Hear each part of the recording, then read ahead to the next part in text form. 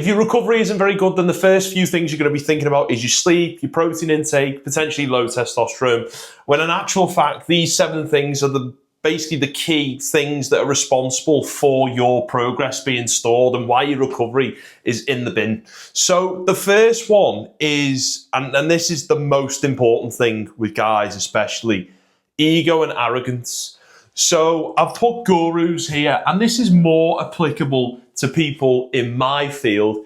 They do a photo shoot, they get in shape, or they do a bodybuilding show and they don't place, and all of a sudden they think that they can just now give everyone advice, and they think that, there's things I don't know. I'm always looking to learn more. I'm always looking to invest more in my knowledge, in the business, help people get better results. I will always make sure I am curious about things, even if I'm kind of unsure. And I see so many of these gurus and their results, well, they speak enough for themselves.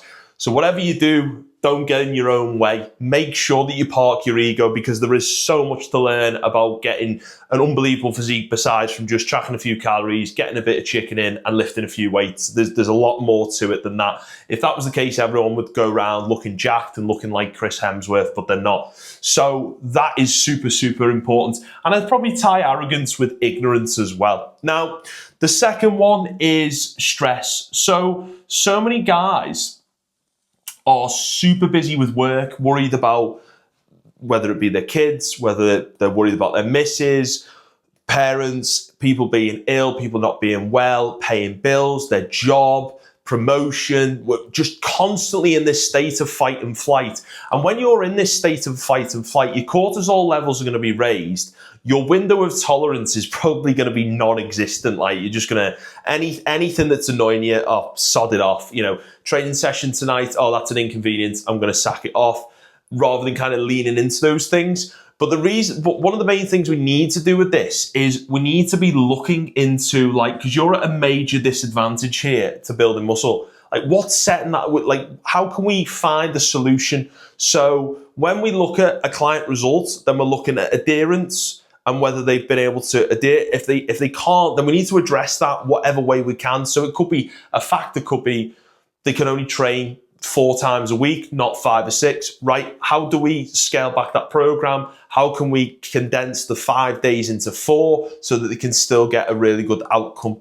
Now, this ties into self-sabotage, because with the time management, people say, oh, I'm just lazy with nutrition. And I ask them, being curious goes back to that first point. What's your definition of lazy?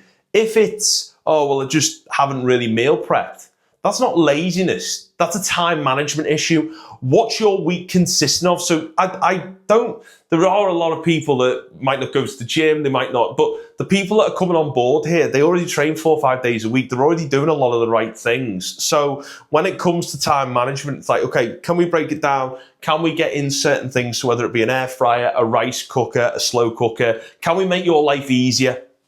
And then here, with the self-sabotage, it's very rarely a conscious thing. No one goes to the cupboard and sees a packet of biscuits and thinks, do you know what? I'm going to eat the whole of that packet and I'm just going to feel like a greasy sack of shit, and a fat bastard. No one thinks that. No one in their right mind. You just think, right, I'm just going to go there.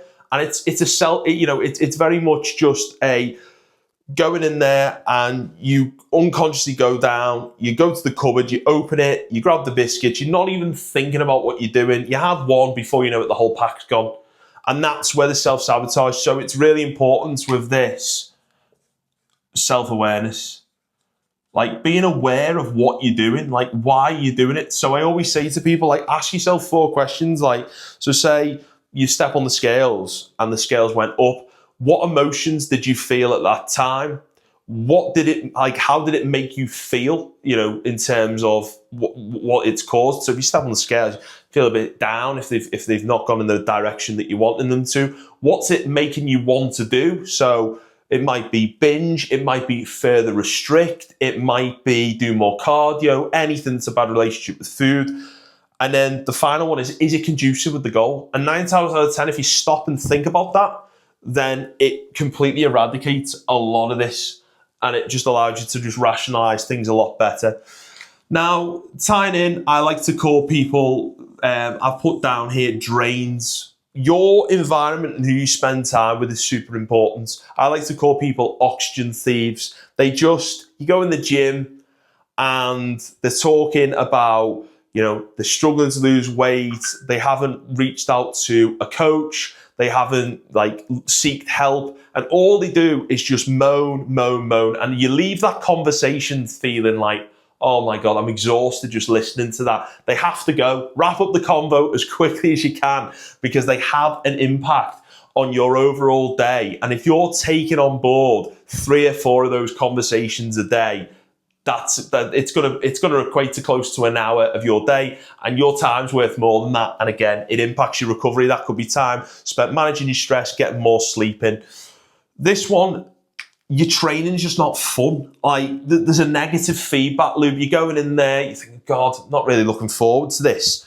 And you're not looking forward to your food, you're not looking forward to your training. The whole setup, there's nothing that's inspiring you, and that's going to get on top of you. So you're just going to have this constant feedback loop that's, that's in terms of negativity. Here, this is super important, just as important. I've said this for every single one of them, but with the nutrition, then it's so key that we make sure that the fundamentals are nailed. Now, supplements, for so many of guys that come on board, creatine, a bit of vitamin D, a bit of vitamin C, that's literally about it from a starting point. It's only if you were to then fill out symptoms forms, look into blood works, that you potentially need to start adding supplements further to that. But we need to just make sure that we're getting the fundamentals right. The nutrition's in a good place, training's in a good place. We're not over. And then this last one, bad gym. Now, I've put commercial gyms here. It's going to divide opinions. Ironically, I train in a commercial gym. I train in JD gyms. I'm personally under the impression that it's not really about the environment. It's about the equipment in the gym. And it's about how long. So for me, there's better gyms 45, 50 minutes away. JD's 10 minutes down the road for me. So I can drive there. It's next door to the golf course that I play at in the summer. So I can go and train and go and play golf. It's 20 minutes of my day travel. I don't need to go all over the place, because if I'm going somewhere else that's 40 minutes, it's an hour and a half of your day. It starts to add up. And again, if that's adding up, I might lose out on sleep. I might not get in enough food and so on. So with this, it depends what equipment's in the commercial gyms. Some of them, they don't have hack squats. Their leg presses are awful. The cable machines aren't ideal. For most people as well, when they say, oh, the weights go up to 50 kg, a lot of guys can't lift 50 kg on an incline dumbbell press. So it's really important that we try and get the most out of the equipment in some of these commercial gyms and really lock in. For me, it's down to efficiency. It's down to the stuff that's in there, more so than necessarily the environment of the gym. Again, if there was a bodybuilding gym closer, I'm sure I would use it, but there isn't. So it's just, I always say that good performance is, the ability to deal with all of these and deal with not necessarily the best equipment or setup, and still get the most out of it and still get the best results. I hope you found this useful. If you have, make sure to like, subscribe to the channel, because I'm going to be pumping out content like this every single week with the whiteboard. I'm going to be putting more stuff out with training and kind of looking at different specific muscle groups and what mistakes that you are making and how to improve it. There's a link for a chest guide where you can go through the 7 common mistakes people are making and how to fix them. There's also a link below for my Instagram and Facebook channels. Make sure to give them a follow as well. And if you've got any further questions about coaching, go to the link below, click it, send me a message on WhatsApp, and I'll get round to it.